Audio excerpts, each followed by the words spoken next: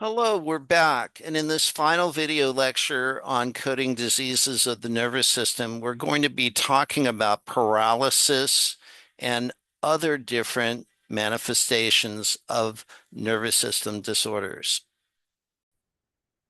Okay, cerebral palsy is one of the things that we talk about. This is typically a congenital defect, and it's a group of neurological disorders that appears either in infancy, sometimes in early childhood. Some common signs: lack of muscular coordination when trying to walk, stiff muscles, dragging one leg. And again, cerebral palsy can produce varying degrees of disability.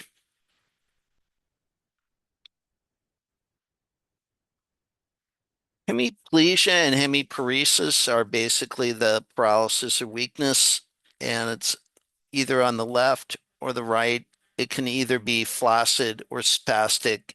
And these codes can be used alone when we don't have any other information, and they can be used also for additional codes when the hemiparesis or a hemiplegia results from a cerebral infarct or a stroke.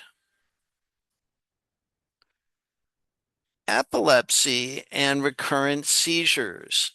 When we see the term intractable, we're talking about it's resistant to medication, pharmacoresistant, if you will. So that's what we're talking about with seizures. The epilepsy is kind of the global term that we use to describe these recurrent seizures, and these can vary. These seizures can be petit mal, grand mal, what have you.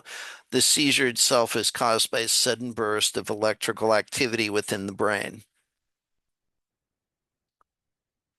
And again, terms that you'll see: recurrent seizures, seizure disorder, grand mal seizures, petit mal seizures. These are all classified in the same code category as epilepsy, right? Other terms such as convulsions, convulsive disorders, fits, what have you, are not coded, but these instead go to the signs and symptoms category R56. Now we get into migraines, code G49. There's a note that you'll see that states intractable migraines may also be described as pharmacoresistant, treatment resistant, refractory, or poorly controlled. And of course, most people know what a migraine is, but they're basically these recurrent headaches that can be debilitating and sometimes occur with nausea and vomiting. A patient may or may not experience an aura or a warning that they're about to have a migraine headache, especially when they're visual symptoms.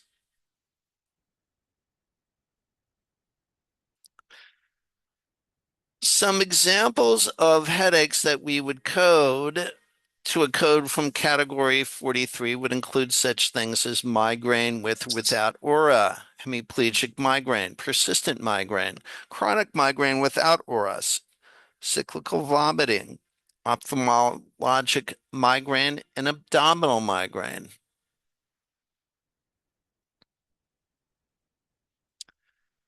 We can have other different forms of headaches. G44, this could be described as a cluster headache, vascular headache, tension headache, post-traumatic headache, drug-induced headache, and other headache syndromes. Sometimes problems happen during or after surgery on the nervous system, like bleeding, accidental injury. These are coded as complications. These are intra-aortic or post-procedural complications that we would code to G97, right? So we could accidentally puncture or lacerate the dura, so on. All these fall under this code category of G97. And some of the things that we see also post-procedural complications, we can have a cerebral spinal fluid leak from spinal puncture. Sometimes we can have intracranial hypotension following a spinal puncture or a ventricular shunt. We can have operative hemorrhage or the hematoma of a nervous system organ or structure complicating a procedure.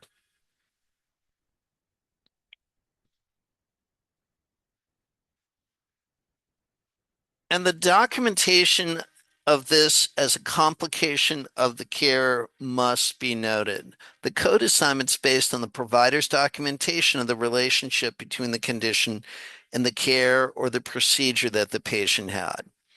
And this extends to any complication of care, regardless of what chapter the code's in. Not all conditions that occur during or following medical care are classified as complications.